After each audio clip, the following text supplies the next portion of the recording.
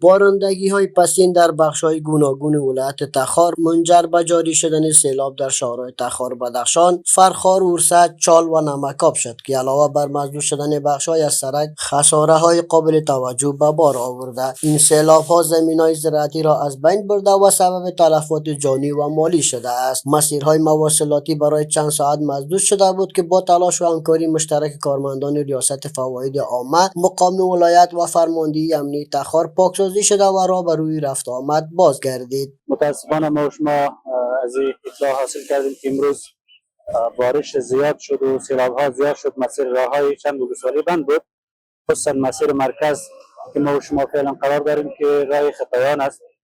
از صبح تا این حال تمام نیروهای امنیتی ما به شمول مسئولین بلند و مدیریت ترافیک و قماندانهای شهرها همشان الحمدلله در این مسیر به همراه مردم یکجا و خدمت مردم آمده هستند.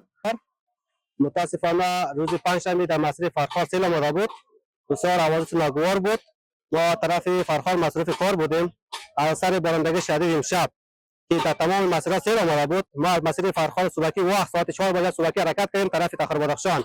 از استقامت آمدیم، کامل امر رو بند بود و باز کردن آمدیم در استقامت. یعنی بخیر همین طرح که بسته شود عاجلا سارا ان شاء الله برای ترافیک باز میکنیم. خب در حالت که سواری باشه مجبور دیگه چی کنیم؟ ما باز که ما که یک نوده داریم در استقامت حوادث باید همکاری بکنه، مقام ولایت همکاری بکنه، شهروانی همکاری بکنه، تمام ادارات باید هماهنگ شود. در حالت که حالت اصرار میاد به فواید همکاری کنه باید که تا که راه برای مردم ترافیک باز بکنه.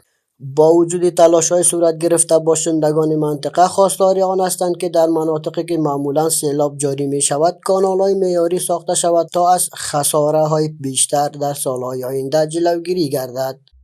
کوم مسیر چې تاسو نه دا عمومي شارع ده د بدخشان نه تخار ته شارع ده او تخار د بدخشان ته شارع ده. نو کوم سیل چې راغلی نو انشاءالله د مسؤلینو په هماهنګي باندې د ټولو ارګانونو په هماهنګي باندې چې ساحه کې خپله جناب والي صاحب هم حضور لري، قومندان صاحب امنیه هم حضور لري، امیر صاحب امنیت هم حضور لري او د ترافیکو انشاءالله ټول پرسنل هم په ساحه کې حضور لري. الحمدلله ساحه نو اوس تقریبا 80% هم خوشې کړې ده. نو نور هم په دې کې تلاش کوو چې انشاءالله څو ساحه خوشې سوې نه وي نو موږ هم په دې ساحه کې یاستو. نو انشاءالله کوم ځای کې سیسیلونه راغلي دي، لاره بنده کړې ده یا غر راښویدلی ده، نو انشاءالله موږ خپل پرسنل هم ورلېږلي دي، فواید عامې هم ورلېږلي دي، نو مسؤلینو هم رسیدګي کړې ده. انشاءالله موږ ټول خپل وس و توان په کار اچولی ده، انشاءالله خدمتو ته وړاندې کړو. آسیب رسانده سیلاب‌ها همچنان درام فراگیر شده، راه مواصلاتی ما را خط ساخته و مواشی همچنان خانه ها، دیوار، گپا همگی تخریب شده توسط همین چیز سیل و همچنان کشت زراعت ما هم بسیار زیاد دیر سیل از شما دیده رایستین اون عملا اینمی سیل از بالای ازی رفته رایست.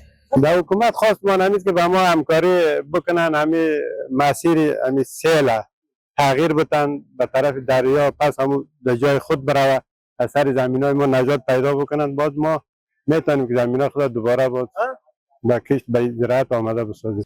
والی تخار بر تسریع روند رسیدگی به وضعیت سیلاب زدگان پافشاری کرد.